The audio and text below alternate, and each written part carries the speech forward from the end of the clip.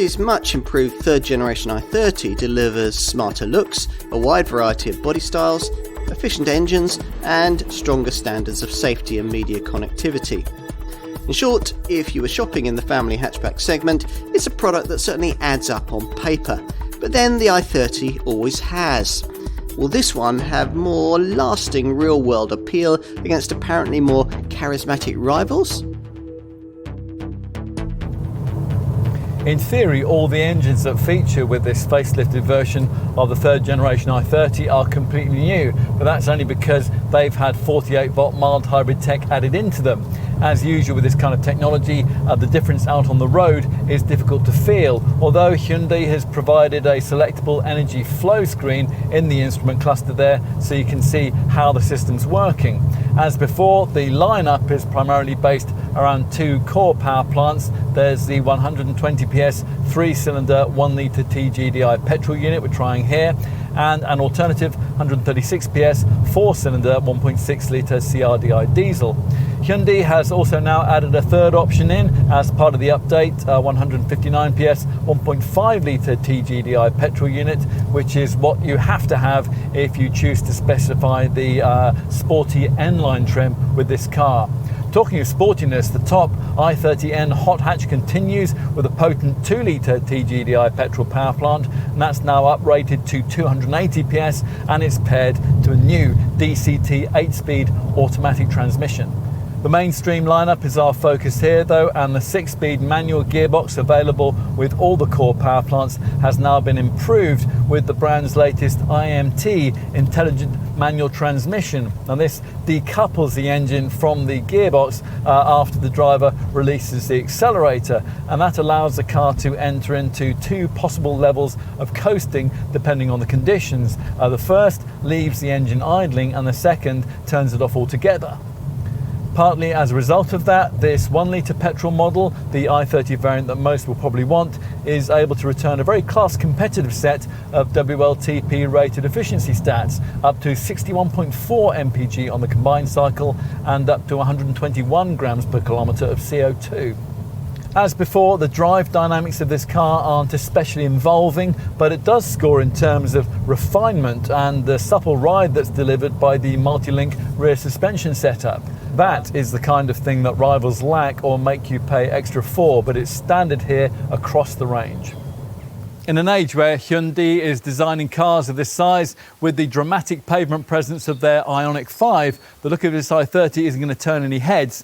This facelifted design of the Mark III design, though, has more visual appeal than anything else we've seen in this model line to date, primarily with the adoption of this wider and far more overt 3D front grille, below which sit black-themed corner cutouts incorporating beady front fog lights.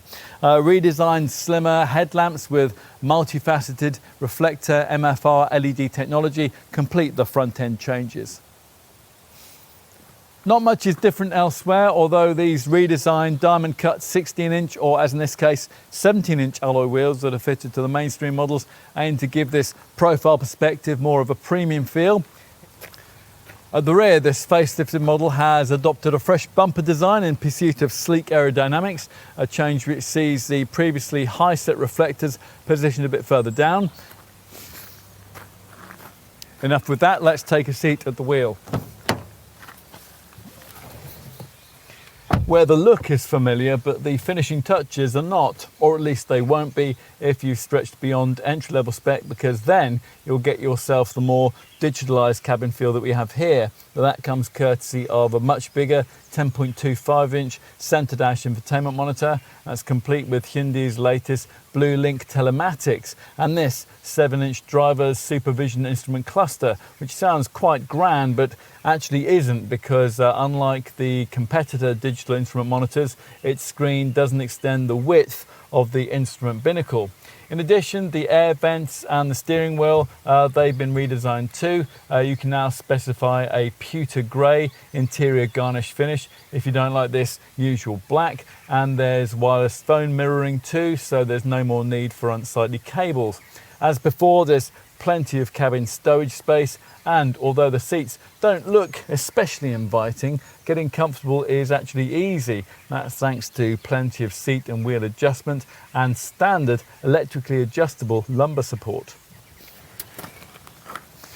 Time to move into the back seat. As with most other cars in this segment, it isn't possible to sit 3 fully sized adults back here with any real degree of comfort. But if there are only 2 of you, then you'll find that there is reasonable space for legs and knees and shoulders. Finally, let's take a look in this Hyundai's boot. The tailgate is simple to open thanks to a proper handle here in the panel. That's something that rivals now don't bother with.